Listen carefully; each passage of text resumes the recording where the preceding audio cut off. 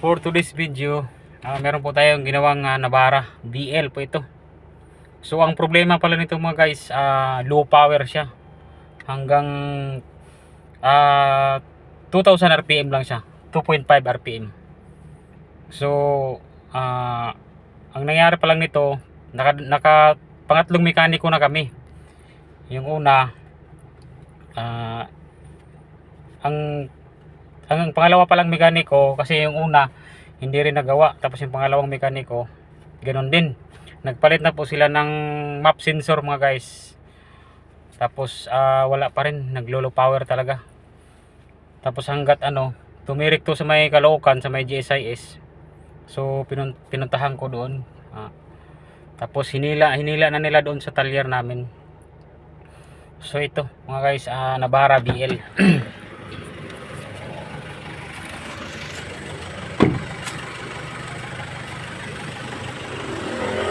So yan, Nissan Navara.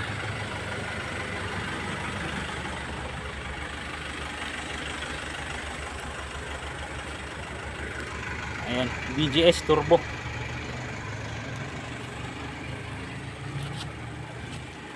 So ayan mga guys, BL.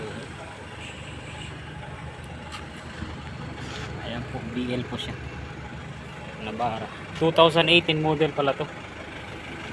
So kahapon in-scan ko po kahapon ng scanner ko, yung mumurahin lang po kasi yung scanner ko. So ito po yung lumabas na code mga guys, itong sensor na to.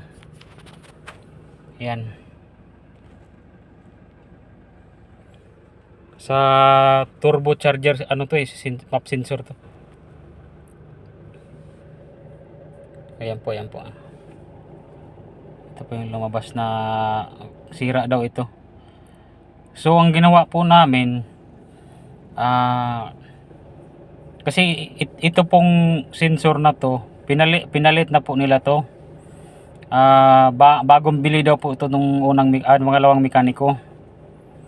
So ang kahapon, sa kaka-check ko kahapon ng nito, kasi nagduda talaga ako na meron talagang ibang pinanggalingan, kasi bakit nakadalawang sensor na wala pa rin. Napakausok talaga, tapos low power talaga siya. Hanggang 40 lang yung takbo namin kahapon, yung tinesting namin kasama yung may-ari. So ito pala ang nangyari mga guys. Ayan. Ito palang hose ng turbo mga guys, natanggal pala ito. Ayan,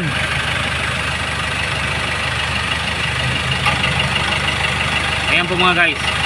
Ayan, ayun yung hose na yan, yung sa kasa kasi nasa 13,000 na yan na nila eh.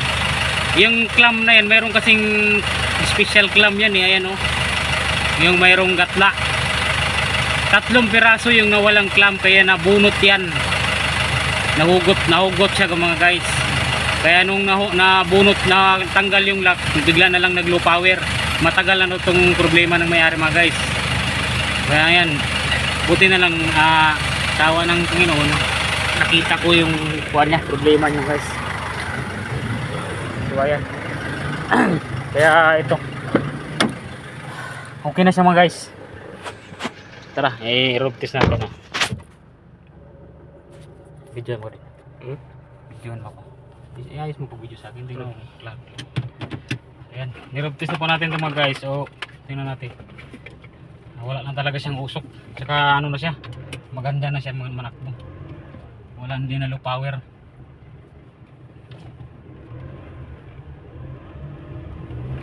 Pero ang yan, liksi na niya ngayon, hindi kaya kahapon wala talaga.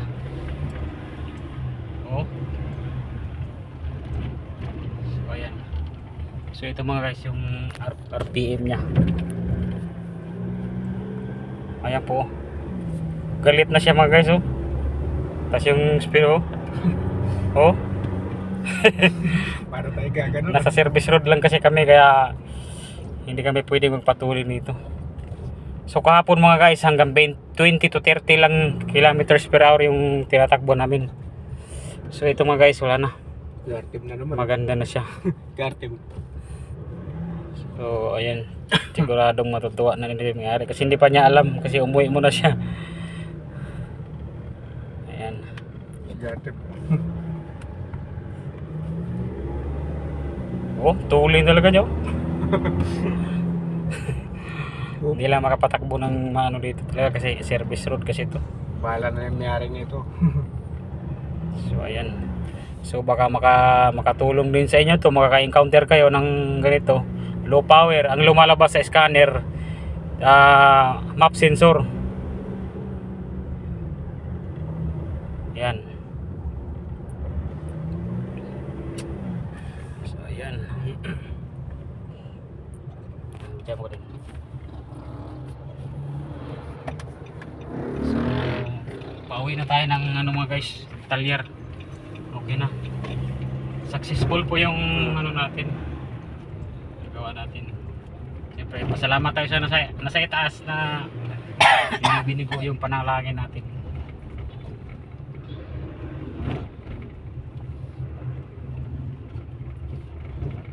So ayan mga guys, thank you for watching. Please like and subscribe to my YouTube channel, Dong Renan Mechanic, and follow my Facebook. Thank you.